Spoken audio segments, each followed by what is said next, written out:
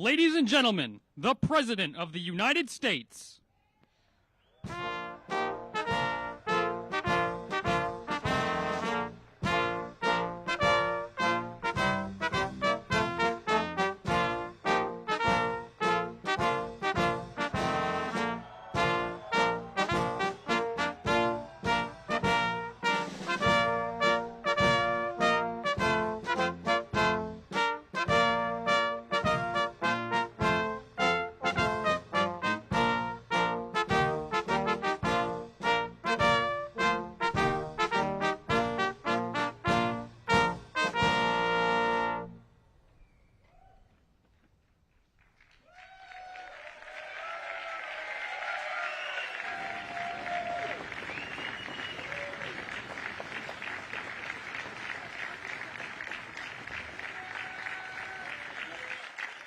Thank you very much. Thank you. Nice crowd. What a good-looking group of people. Well, we have some very, very good news today, and a lot of good things are happening for our country. Please sit down. My fellow Americans, this is Liberation Day, waiting for a long time. April 2nd, 2025 will forever be remembered as the day American industry was reborn, the day America's destiny was reclaimed, and the day that we began to make America wealthy again. We're going to make it wealthy, good and wealthy. For decades, our country has been looted, pillaged, raped, and plundered by nations near and far, both friend and foe alike. American steel workers, auto workers, farmers, and skilled craftsmen, we have a lot of them here with us today. They really suffered gravely. They watched in anguish as foreign leaders have stolen our jobs, foreign cheaters have ransacked our factories, and foreign scavengers have torn apart our once beautiful American dream. We had an American dream that you don't hear so much about. You did 4 years ago, and you are now, but you don't too often, and for many years and decades even, you didn't hear too much about. Our country and its taxpayers have been ripped off for more than 50 years, but it is not going to happen anymore. It's not going to happen. In a few moments, I will sign a historic executive order instituting reciprocal tariffs on countries throughout the world. Reciprocal, that means they do it to us and we do it to them. Very simple. Can't get any simpler than that. This is one of the most important days, in my opinion, in American history. It's our declaration of economic independence. For years, hardworking American citizens were forced to sit on the sidelines as other nations got rich and powerful, much of it at our expense. But now it's our turn to prosper, and in so doing, use trillions and trillions of dollars to reduce our taxes and pay down our national debt, and it'll all happen very quickly. With today's action, we are finally going to be able to make America great again, greater than ever before.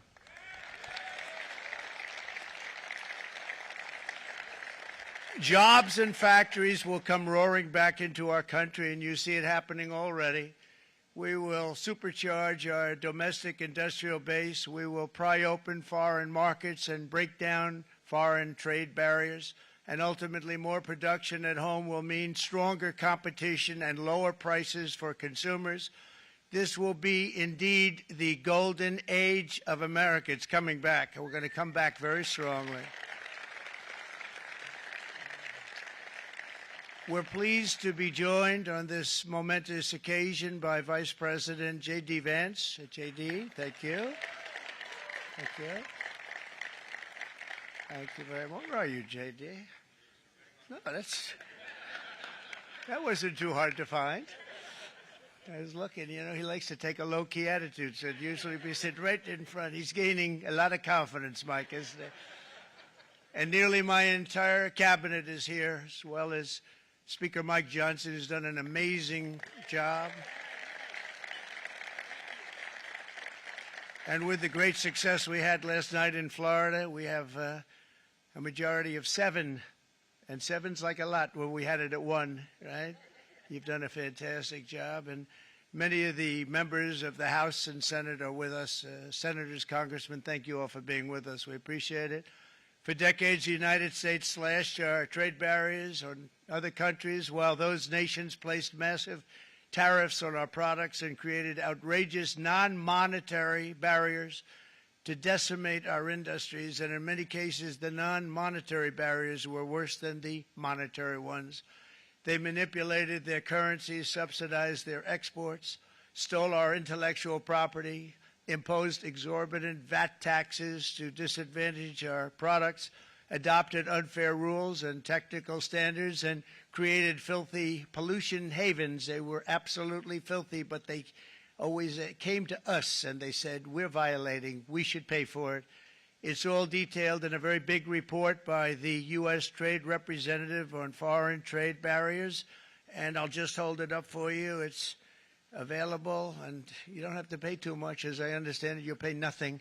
It's a lot of work for something, actually, because it's a special book. It's frankly, it's very upsetting when you read it, when you see what people have been doing to us for 30 years. This all happened with no response from the United States of America, none whatsoever. But those days are over. Let me offer just a few examples of the vicious attacks our workers have faced for so many years. The United States charges other countries only a 2.4 tariff on motorcycles.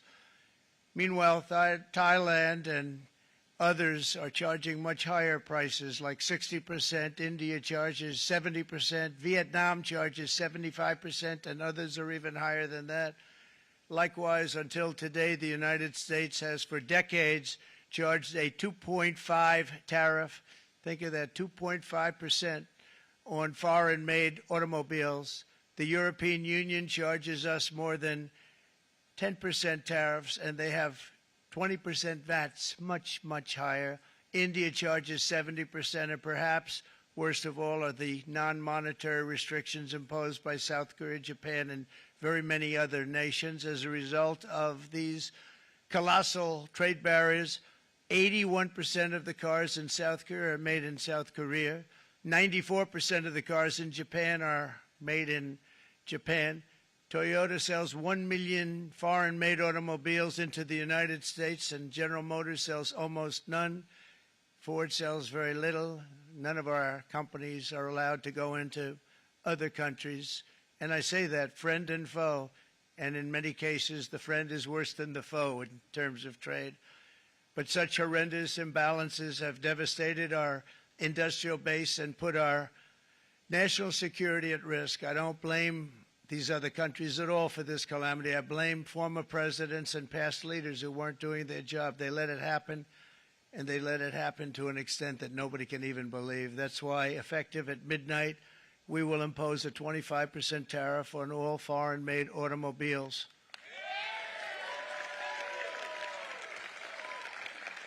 Thank you. Brian, I'd like to have you come up here for a second, okay?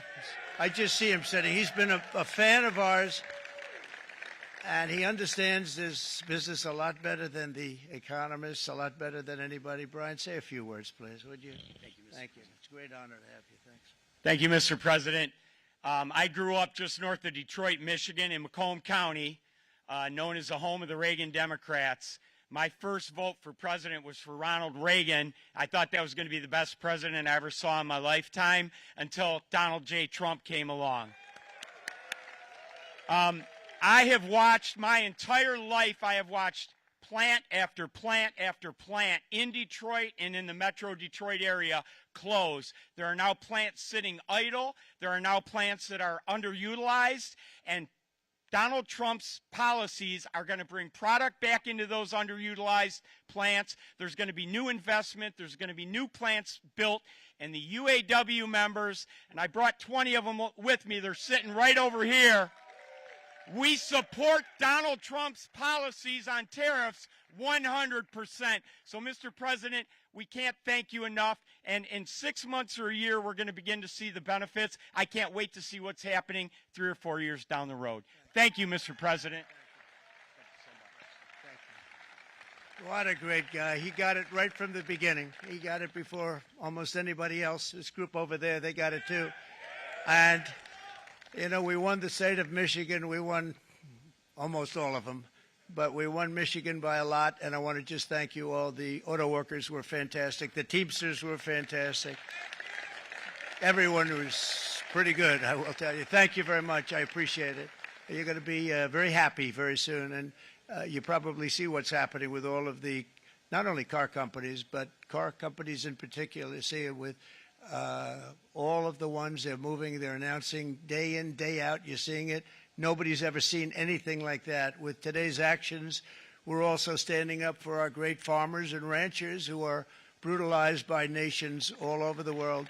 Brutalized. Canada, by the way, imposes a 250 to 300% tariff on many of our dairy products. They do the first can of milk. They do the first little carton of milk at a very low price, but after that it gets bad, and then it gets up to 275, 300%. So when they're figuring what's Canada charging, they say, oh, about 2%, 3%. But take a look at what happens down the road. When you look a little bit, it's not a pretty picture, and we don't like it, and it's not fair. It's not fair to our farmers. It's not fair to our country.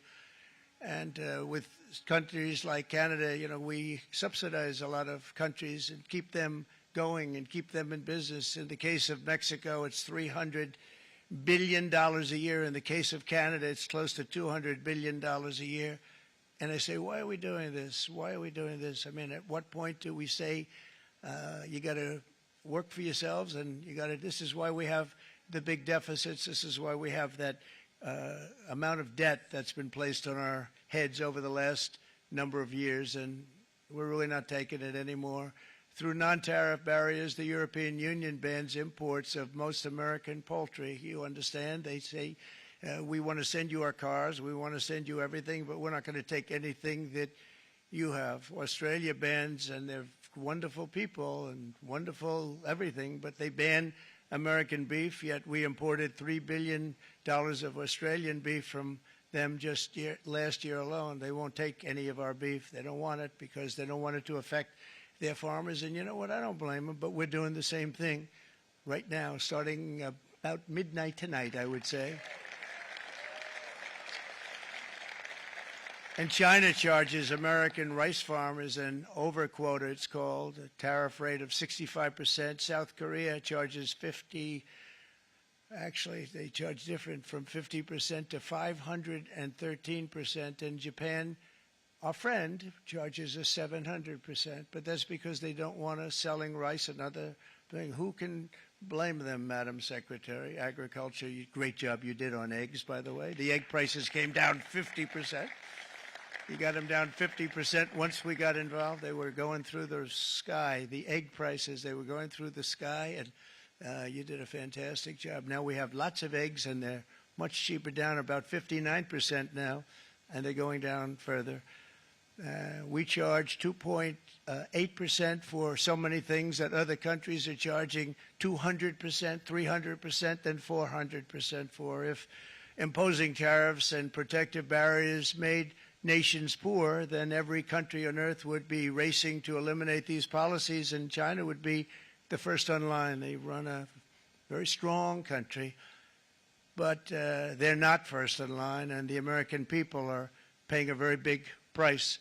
From 1789 to 1913, we were a tariff-backed nation, and the United States was proportionately the wealthiest it has ever been. So wealthy, in fact, that in the 1880s, they established a commission to decide what they were going to do with the vast sums of money they were collecting. We were collecting so much money so fast, we didn't know what to do with it. Isn't that a nice problem to have? What do you think, Marco? Good problem? Marco would love that problem.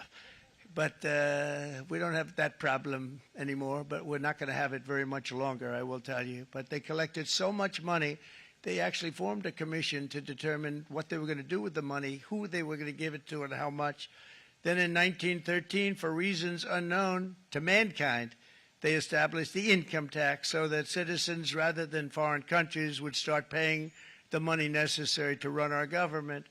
Then in 1929, it all came to a very abrupt end with the Great Depression, and it would have never happened if they had stayed with the tariff policy. It would have been a much different story. They tried to bring back tariffs to save our country, but it was gone. It was gone. It was too late. Nothing could have been done. It took years and years to get out of that depression, far longer than even FDR had that office right over there for a long period of time.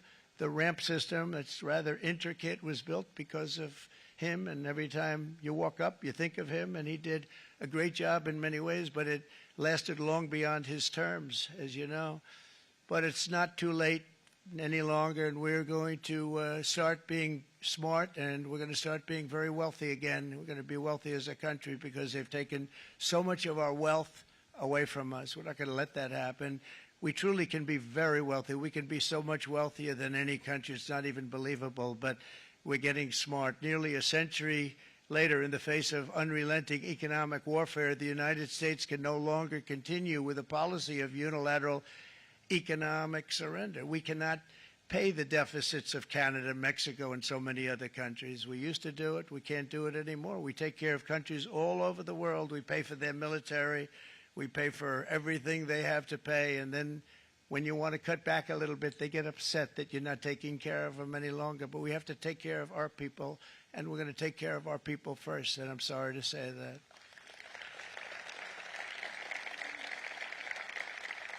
And today we're standing up for the American worker, and we are finally putting America first.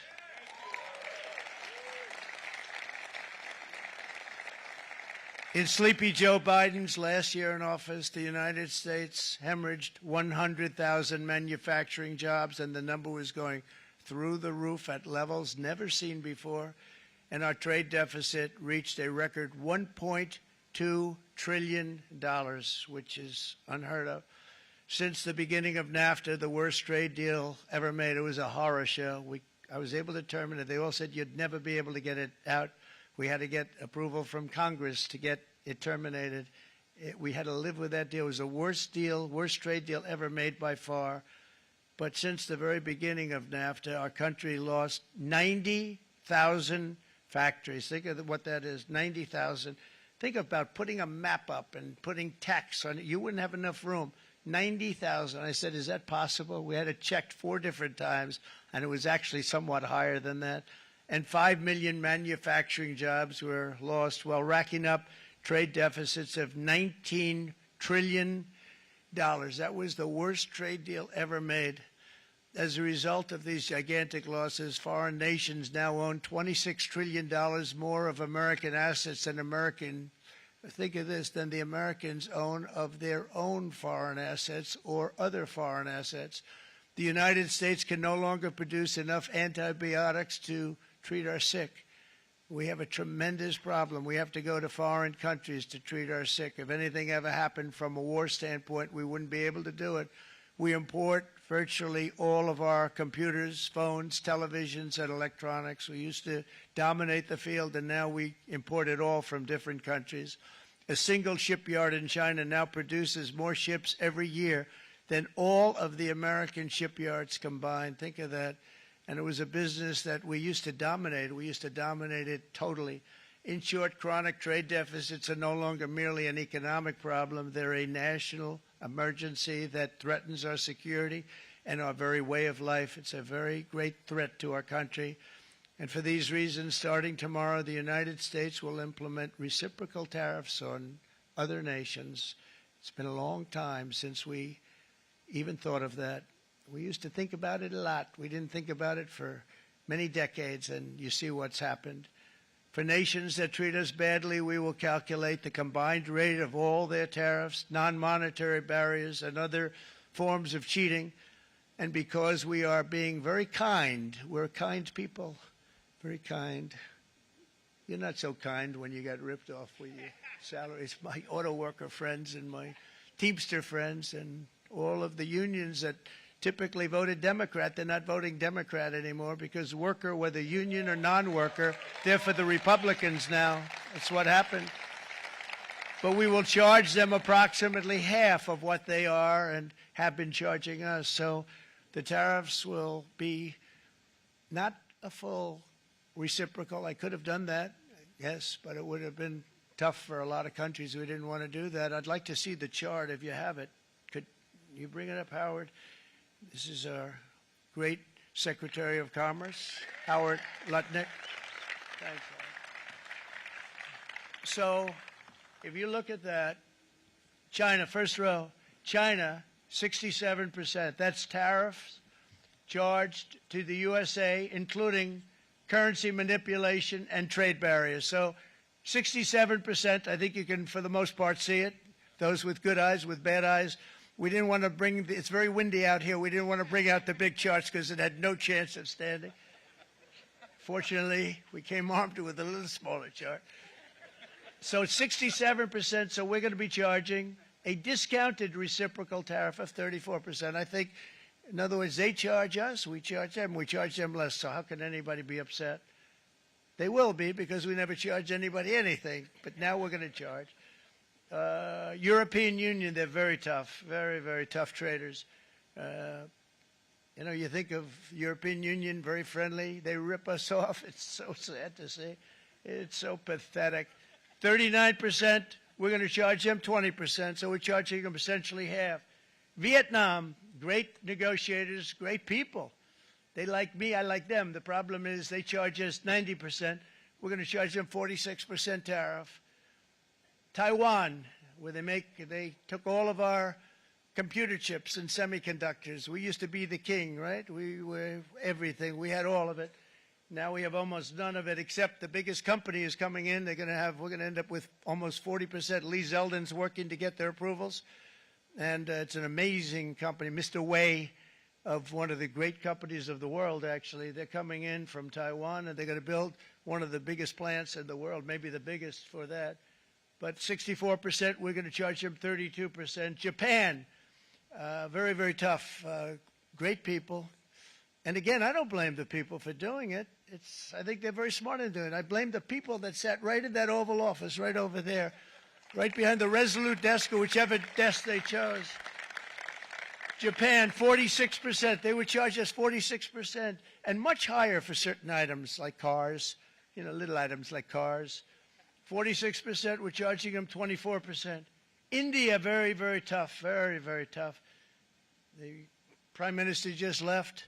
He's a great friend of mine, but I said, you're a friend of mine, but you're not treating us right. They charge us 52%. You have to understand, we charge them almost nothing for years and years and decades. And it was only 7 years ago when I came in, we started with China and charged them. We took in hundreds of billions of dollars from China in tariffs. And they understood, honestly. President Xi understood. He said, look, I understand. And the other countries, and they all understand. We're going to have to go through a little tough love, maybe, but they all understand. They're ripping us off, and they understood it. Prime Minister of Japan, Shinzo Abe. He was a fantastic man. He was unfortunately taken from us, assassination. But I went to him and I said, Shinzo, we have to do something. Trade is not fair. He said, I know that, I know that. And he was a great gentleman. He was a fantastic man, but he understood immediately what I was talking about. I said, Shinzo, we have to do something. He said, I know that. And we worked out a deal, and it would have been a much better deal, but frankly, there were many years left on the deal that was made previous to my getting there, but it was something. If you look at Switzerland, 61% to 31%. Indonesia, Malaysia, Cambodia. Oh, look at Cambodia, 97%. We're going to bring it down to 49%. They made a fortune with the United States of America. United Kingdom, 10%, and we'll go 10%. So we'll do the same thing. South Africa, 60%, 30%, and they've got some bad things going on in South Africa. You know, we're paying them billions of dollars, and we cut the funding because a lot of bad things are happening in South Africa. The fake news ought to be looking at it. They don't want to report it. Brazil, 10%, 10%. Bangladesh is 74%. So you see what's going on. Pakistan, 58%. Sri Lanka, 88%. So what we're doing is we're taking Not the full. We could take the full 88%. Thanks a lot, Eric. He's doing a very good job. How's he doing, all right? I think you better take it with you. It's not going to last very long. He's going to put it, it's going to follow you down with the wind. I brought a hat just in case it got too windy, but here, would anybody like a hat? I'm not giving it to a cabinet. I'm giving it to the auto workers. Come here.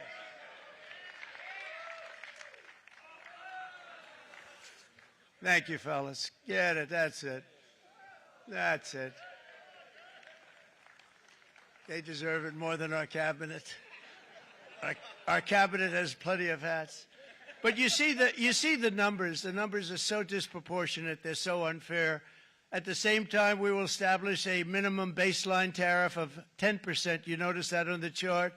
And that'll be on other countries to help rebuild our economy and to prevent cheating. So we're going to have a minimum of cheating, and we're going to be very severe on the people that at the gate that watch the tariffs and watch the product coming in, because there's been a lot of bad things happening at the gate because the money is so enormous that you're talking about. There's never been probably anything like it in terms of the enormity, and there are a lot of bad things happen at the people that do the check-in, and they're looking at 10-year jail sentences if they do play. We're going to treat them so good, but if they cheat, the repercussions are going to be extremely strong.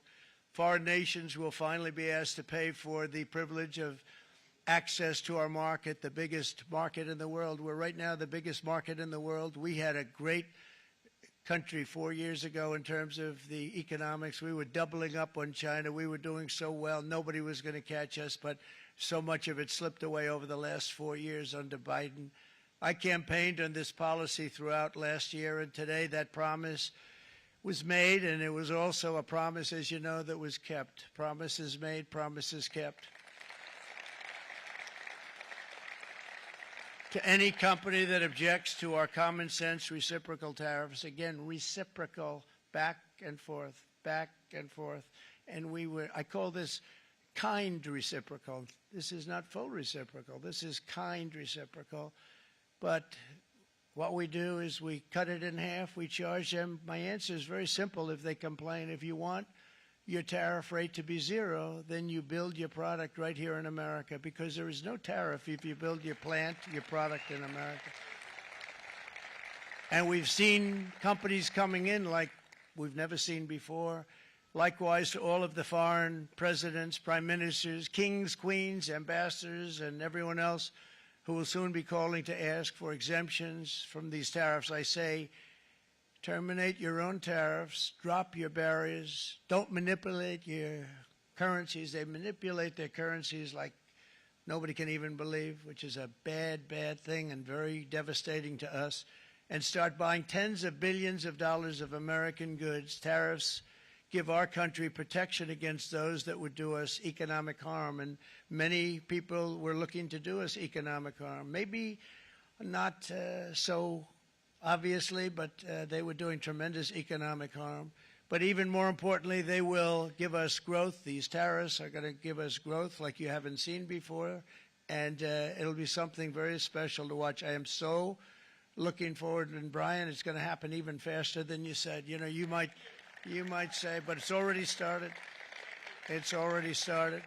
Work's already begun on plants all around the country. And you see that as before. These are big, rich companies. We have $61 billion started on a big plant going up. It's going to be announced over the next 2 days, and they already started work. Many of these the biggest companies in the world, they've committed to build, build, build. We're going to build, build, build, sir. And they came here to see me, and they wanted to know if they could have a press conference. I do as many as I can. I'm pretty busy trying to stop Russia and Ukraine and the Middle East. We got to stop that. We got to stop the Houthis, which we're making tremendous. They like shooting ships down and out of the water, sinking ships. They get a kick out of it, but they're not getting such a kick out of it now, are they, Mr. Secretary? They're not getting such a kick out of that now. But here are just a short list of some of the companies that have already announced and committed to investment. And this is a company that built its factories and its plants in China. Apple is going to spend $500 billion. They never spent money like that here. They're going to build their plants here. SoftBank, OpenAI, and Oracle, great companies, are investing $500 billion almost immediately.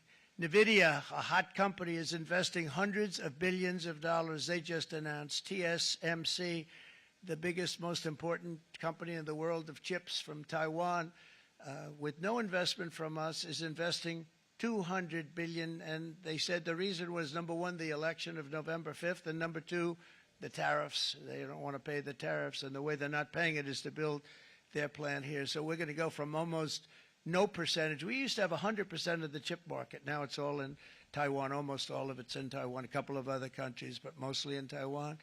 And think of it. We had 100%. We lost it because of people in that office that didn't do their job. They allowed it to be stolen from us. Johnson & Johnson, great company, $55 billion. Eli Lilly, $27 billion. Meta is investing $500 billion. Wow. DeMac is investing $20 billion. CMA, CGM, $20 billion. And then you have Merck and Clarios, Stellantis, General Motors, GE Aerospace, Honda, Nissan, Hyundai are all putting in billions and billions of dollars, and they're committed 100%. And we've never had, and this is after 2.5 months. This is after just a short, this all took place as soon as we came out with what everybody wanted to do. You know, I watched a gentleman today on television. He used to work with Lee Iacocca, a very respected automobile person, and he said, you know, because they're asking people, they try and get as many negative people as they can, but they can't find them too much. It's pretty hard to find in terms of what we're doing, especially when they see all this investment. They said, so tell me, what do you think of what Trump is doing from the automobile standpoint? He said, I can't believe it. Somebody is finally, he's an older guy, real pro, really top guy, with Lee Iacocca. He said, I never thought I'd see the day when this would happen, where somebody had the courage to go and do what has to be done. This is transforming our nation. Our entire nation is going to be transformed, not only with the cars, but on every single other item that's built. We're going to become an industrial powerhouse. And he said that so beautifully today. In fact, I'm going to find out. I'm going to get a tape. And, Bruce, I'm going to get that tape, and I'm going to send it to you out in Long Island, and you're going to play it for the people. And all your union workers and your non-union workers out there, you got a pretty even split. But we have, so far, it looks like we're going to have about $6 trillion of investments, and you wouldn't do that in years in this country over the last number of years. $6 trillion, and that's going to be much higher by the end of the year. And think of what $6 trillion is. You wouldn't have even a small percentage of that under this other system. We're going to be an entirely different country, and it's going to be fantastic for the workers. It's going to be fantastic for everyone. There will never have been a transformation of a country like the transformation that's already happening in the United States of America. It's an incredible thing to watch, and it's incredible to meet with the top people, people that you read about, very wealthy people, or people that are great managers and executives and presidents of big public companies, and to watch the enthusiasm they have now that they didn't have. They gave up on our country. They went to foreign countries and they built. Companies are pouring into our country at levels never seen before, with jobs and money to follow, and it's really beautiful. In the coming days, there will be complaints from the globalists and the outsourcers and special interests and the fake news. Always, the fake news will always complain. But never forget, every prediction our opponents made about trade for the last 30 years has been proven totally wrong. They were wrong about NAFTA. They were wrong about China. They were wrong about the Trans-Pacific Partnership, which would have been a disaster if I didn't terminate it. If I didn't terminate that, United Auto Workers, you would have had no jobs in this country. You would have had no jobs. It was all going to other countries. In my first term, they said tariffs would crash the economy. Instead, we built the greatest economy in the history of the world. And again, I have great respect for President Xi of China, great respect for China, but they were taking tremendous advantage of us, and I commend them for that. I say, hey, if you can get away with it, that's okay. But, you know, they understand exactly what's happening, and they probably, most of them are saying it's about time they did something, but and they're going to fight, and they're going to fight fair. Everyone's going to fight. You know, it's like, I say to the leaders, look, you got to take care of your country, but we have to start taking care of our country now. We can't do what we've been doing for the last 50 years. From the day of my election, the stock market went up in my first term 88%, with NASDAQ going up 155%, more than any president has ever had in any term in office, by far. And I think we're going to blow that away. And maybe the numbers won't show, but I think they're going to show much better than even those numbers. But what you're going to see is you're going to see activity, that empty, dead sites, factories that are falling down. Those factories will be knocked down, and they're going to have brand new factories built in their place. They're not only talking about renovating, they're talking about brand new, the best anywhere in the world, the biggest anywhere in the world. I have a friend who builds car plants, and I said, I want to see the biggest and the best. He said, well, we have to go to Mexico. I said, no, I want to see it in the United States. He said, we're not building them in there. This is a year and a half ago during the campaign. He said, we're not building it. You'd have to go to Mexico. When I was starting to decide to run, and I went to number one in the polls very rapidly, I want to say, like let's say in the first hour, and then shortly thereafter, it looked like I was going to win, and the fake news was saying, "Oh no, don't do this." What they don't know is if I didn't win, they would have really been in trouble, because nobody wants to read them anyway. But I tell you what, when it looked like I was going to win, I announced that I was going to be doing exactly what we're talking about today. Great consistency, actually, because I've been talking about it for 40 years. But because I saw what was happening 40 years ago. If you look at my old speeches when I was young, very handsome, my old speeches, and that people would say, I'd be on a television show, I'd be talking about how we were being ripped off by these countries. I mean, nothing changes very much. The only thing that changed were the countries, but nothing really changes. But it's why it's such an honor. It's such an honor to be finally able to do this. If you look at China, I took in hundreds of billions of dollars in my term, hundreds of billions. They never paid 10 cents to any other president, and yet they paid hundreds of billions, so much so that Biden couldn't do anything. They wanted to try and terminate it because he had a very special relationship with China. You know what the relationship was? He had a special relationship. But the numbers were so big, that they couldn't do it. So they did ease it up. They did things that they shouldn't have done. They made it a lot more comfortable for them, but they couldn't do it because the numbers were hundreds of billions of dollars, and I did that. And we were on our way to doing something like incredible. And then we had a very bad election happen, a very bad election. A lot of bad things happened. So when I said we got to do it again, I said we have to make it too big to rig. And we made it too big to rig, and we won in records, and it was a monumental win.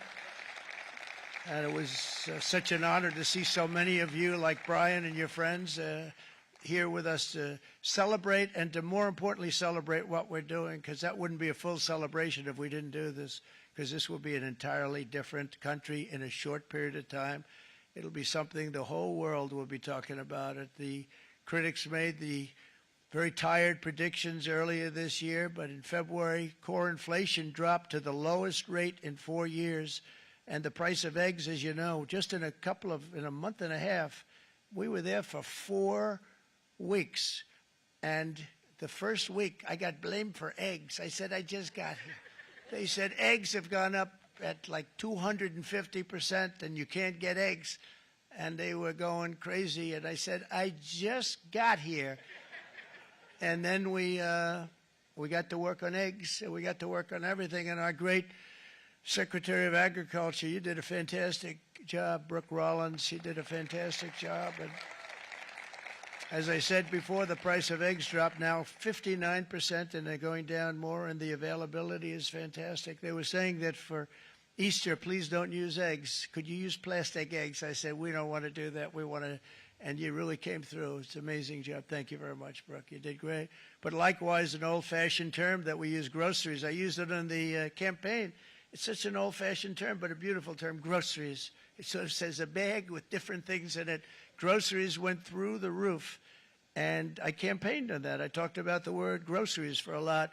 And energy costs now are down. Groceries are down. Gasoline is way under $3, and people are beginning to be able to buy things and live again. We brought prices way down. We created 10,000 already in a few weeks, new manufacturing jobs.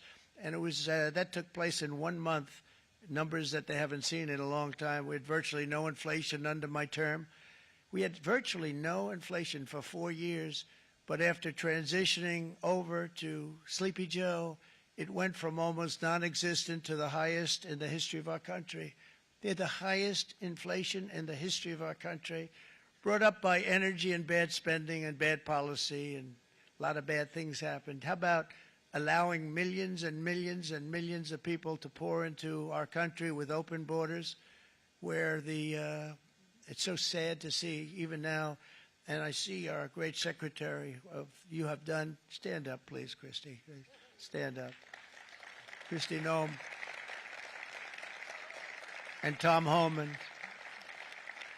These people are doing a great job, but gotten them out in records. We have problems with judges that don't want them to go out. They want Tren de Aragua, and they want MS-13, the most vicious gangs ever. Nobody's ever seen anything like it. Absolute killer gangs. They kill people. They don't even think about it. And we put them out, and we have judges now, radical left judges that they don't want them to go out. They want them to even be brought back. Let's bring them back. You've done a fantastic job, and please thank everybody. Homeland Security, thank everybody. Appreciate it. And we now have a border that's the best border that we've ever had, even better than it was my first term. My first term we did good, but this one we really specialized in. We've done really well. And we had records then. We had the best, safest border. 4 years ago, we had the best border there ever was. And now we have, you've actually matched it and done even better. And we're going to get it down the right way. And we want people, by the way, to come into our country, but we want to come in through a legal process. We want them to come in legally. We need more people. We need people to run these plants and to help the auto workers and the Teamsters and the non-union people and everybody else. But we need people, and the farmers. And we're going to let people come in, but they want to come in. We want them to come in legally. They have to have the capability of loving our country, not people that hate our country. We don't want them in our country. And now we're going to pass the largest tax cuts in American history, and that's where we're relying on Mike and John Thune. And we will not cut Social Security, Medicare, or Medicaid benefits, and the Democrats will, because if they got in, the entire economy would collapse. This country was heading for a collapse under the people that you saw. They were horrible. I think one of the reasons people like the job, I have my highest approval ratings because I think they're comparing me to the worst administration in the history of our country, so I appreciate that at least. But Speaker of the House Mike Johnson and Senate Majority Leader, appreciate it, Mike, John Thune have been fantastic, by the way. But they've been working tirelessly on taking the next step to pass the plan for our one big, beautiful bill. I'd like to name it that if you can. One big, I made that statement about 6 months ago, and everybody calls it one big, beautiful bill. And it will be that. It'll have everything, the big tax cuts and every incentive there is. And it'll be fantastic. And by the way, for the cars, we're asking for an interest deduction on a loan. So if you build the car, only in America we do it, Brian. If the car's not built in America, you don't get the interest rate deduction. But if you build the car in America, if you buy a car, if it's built in America, then you get an interest rate deduction, tax deduction, and that's a big thing. That's going to be a big thing. I think that's going to pay for itself very quickly, that deduction. Never happened. We've never had anything like that before. Somebody said, where do you get the idea? Because it's so basic. You would think that would have happened a long time ago. It never did, and I'm very happy it didn't, because now I can say that was my idea. But we're going to get us closer to the debt extension. We have to get the debt extension passed, and I know you're going to be able to do that, Mike, and it's very important that you do that. And all of the other things that the Senate budget plan gives us, along with working, because I know they're working together, John and Mike, and the two bills are going very well together. We need to get our shared priorities done, including certain permanent tax cuts. We want the tax cuts to be permanent, spending cuts, energy and historic investments in defense, border, and so much more. We're covering everything. These will be phenomenal. There'll be no bill like this going to straighten. One bill is going to straighten out our country for many, many years to come. And we said, let's just do it and let's get it done. And some guys will love it and some guys will like it a little bit less because they're not getting what they were exactly looking for, but they're getting a lot. They'll never, if we get this done, it'll be the most incredible bill ever passed in the history of our Congress and Senate and congressmen, the senators and the congressmen, many of whom are here today, will be very proud of themselves. I really believe that it's going to set us on a whole new prosperous path. We're going to cut spending and right-size the budget back to where it should be. We're going to do that very strongly. Thank you, Rick. Thank you. John, thank you. Oh, look at all of our senators over there. Oh, boy, that's a nice group of people. But I won't like them so much if they don't get this bill done. That's a great group. And Congressman, thank you very much. I appreciate it. Tremendous people. The Senate plan is my complete and total support, and the House plan likewise is very similar. They're moving along pretty much at the same clip, and as soon as you're ready, you'll show it to me, and I'm sure it'll have my support, Mike. Every Republican congressman and senator must unify. We have to unify. We can't be separated. We have to get it done. We have to get absolutely everything we can, and we have to take care of the American people. That's the only thing that matters. We have to take care of the American people first. We need to pass this bill immediately, get it done, including debt extension. From this day on, we're not going to let anyone tell us that American workers and families cannot have the future that they deserve. We're going to produce the cars and ships, chips, airplanes, minerals, and medicines that we need right here in America. The pharmaceutical companies are going to become roaring back. They're coming roaring back. They're all coming back to our country because if they don't, they got a big tax to pay. And if they do, I'll be very happy, and you're going to be very happy, and you're going to be very safe. We're going to build our future with American hands, with American heart, American steel, and we're going to build it with American pride like we used to. We're approaching our 100th day as president and have been given credit by a lot of people, actually, even some of the fake news. Can you believe it?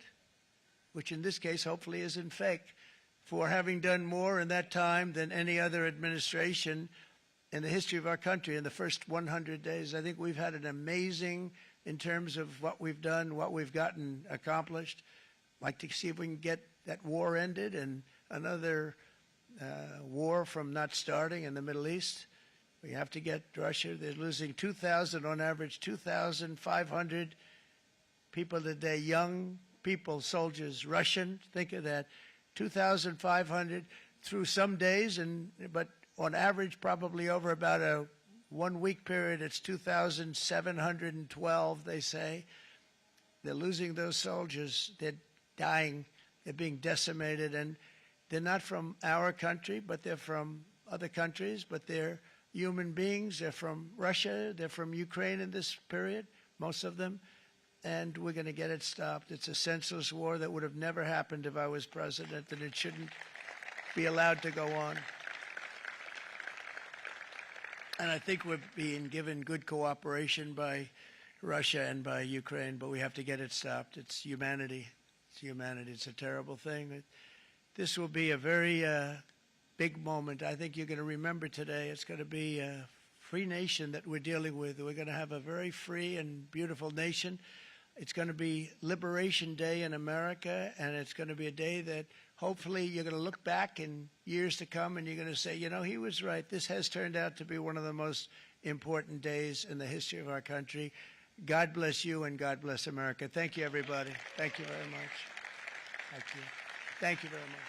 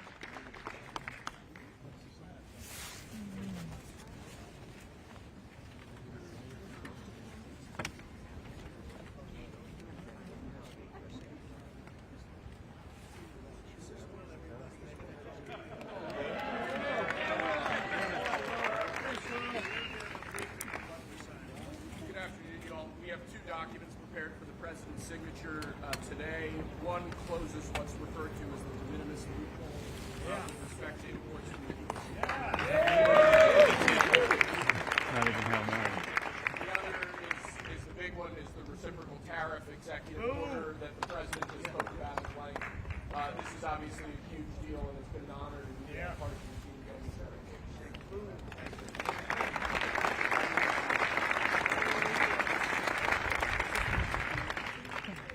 This is big stuff.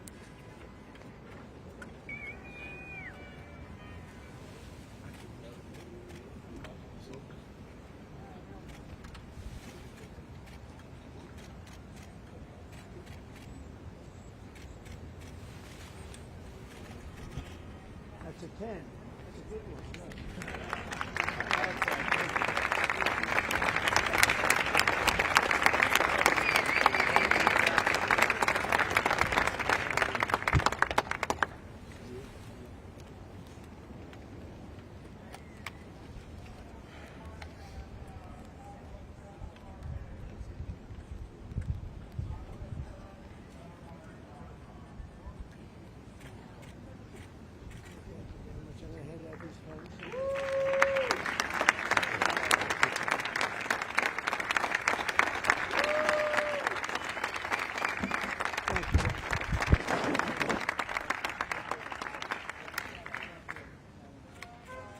Mr. President, what do you say to American families who are worried they'll pay more?